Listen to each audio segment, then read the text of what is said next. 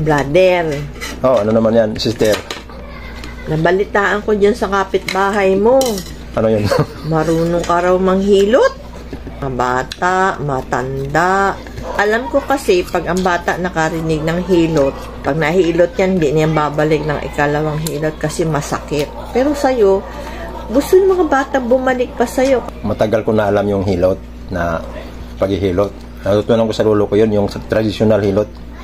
Yung talaga mga panggamot na hilot. Yun ang alam ko. One time, wala pang pandemic, may nahilot ako nun sa kapitbahay namin. Yung kaibigan ko, bispira yung tawag ko eh. Matanda konti sa akin. Gumaling siya. Masakit yung balakang niya, mahirapan ng tumayo, tuhod niya masakit, nilot ko. Isang hilot lang na awat tulong ng Diyos, gumaling. Dala ko, hindi ako masa na magaling ako maghilot. Bago ako maghilot, nanalangin ako sa Diyos.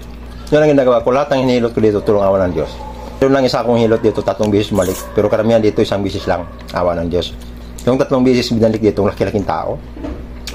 Ang hirapan yung daliri ko, hirap makapasok sa mga taba niya. 3 beses siya. Unang punta niya, nagbigay sa akin ng pira, hindi ko tinatanggap. Pinakilala ko sa Il Soriano, Dani Rason. Hindi ko, ang hingin ko lang sa'yo, kung magbibigay ka sa akin, panoorin mo lang yung aming channel, MCGI Cares. Mayroon kaming YouTube, mayroon kaming Facebook. Yung official, panoorin mo. Huwag ka makinig na mga dahil wala kang ano. Nakinig na ko niyan, brother. Oh, nakinig ka pala eh. Bakit naman hindi ka nagpadoktrina? Marami pa akong baguhin. Nagtanong siya sa akin, bakit naman boss? Mayroon man ako pambayad. Para malaman mo na bakit hindi ako magtanggap sa pira na yan, panoorin mo yung CGI. Malaman mo doon, marami kami mga serbisyo libre. Kasama ka doon, libre din. Walang problema sa akin. Yun. Unang hilot ko, sabi ko, balik ka. So, next day kay hindi makaya yung, ano mo yung, may injury siya sa basketball eh. Pinahilot sa akin. Marami raw naghilot sa kanya doon. Hindi daw gumaling. Kaibigan siya ng kaibigan ko na gumaling, di, ni-refer niya ako. Di, siyempre, kung nagsabi siya na, mayroon ng ibang mga naghihilot, nako. Palagi ako humingi ng Diyos nung humihilot ako, nanalangin ako, Panginoon, maawa ka po, taong ito. Yun ang inasa ko sa kanya eh. 3 beses bumalik dito. Nung 3 beses, marami na siyang daladala. Sabi ko, paano yan? Hindi ko tatanggapin yan eh. So, hindi pwede kasi gumaling ako eh. Ay, wala akong magagawa kasi hindi ko matanggihan eh. Daladala kong ano-ano. Tinanggap ko na lang para hindi siya ma-open. Yun po, yung mga bata kasi, ninilot ko dito. Yan, mga suki ko. Yung Tislitson, kapitbahay namin, mayari ng Tislitson. Mga apo niya, lahat niyan, ako ang maintenance. Yung mayari talaga sa Tislitson, yung father nila, si Boss Pablo, hindi magpahilot sa akin. Dahil marami na nagsabi, mga trabante niya lahat dyan, ako naghihilot. Magaling boss, yung mga manghilot mo malayo, sabi daw.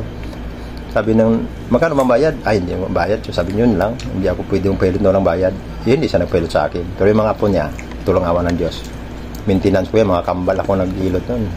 Pag na-injury, kasi mga player ng ano yan eh. Ano yan? Football. Football? Mga magaling sa football, siyempre injury. Ako pang nagkukots nun na bago ka maglaro. Huwag mo kalimutan na inap yung ano mo, yung warm up para makaiwas ka ng injury. Yun po ang sagot ko sa iyo. Naghihilot ako dito dahil mga bata dito ninilot ko. Kasi yung hilot ko, by number yan. Pag bata, nalalayan ko ang sakit ng bata. Kasi pag ang bata, ipareho mo sa paghilot mo sa matanda, hindi na babalik yun. Makakita sa iyo, parang nakita ng aswang. Matatakot sa iyo yun. Awat tulong ng Diyos. Kahit papaano, bahagi tayo ng mga pangailangan ng tao dito. Mula noon, pandemic na yun hanggang ngayon, mayroon ako mga suki dito. Binibigyan ko rin ng oras. Dahil alam ko na isang dahilan po yun na patuloy akong pinahiram ng Diyos ng buhay at lakas. Panoorin niyo ang part 2 nito kung anong dahilan bakit naobliga po ako na manghilot. Maraming salamat po sa Diyos sa inyong suporta.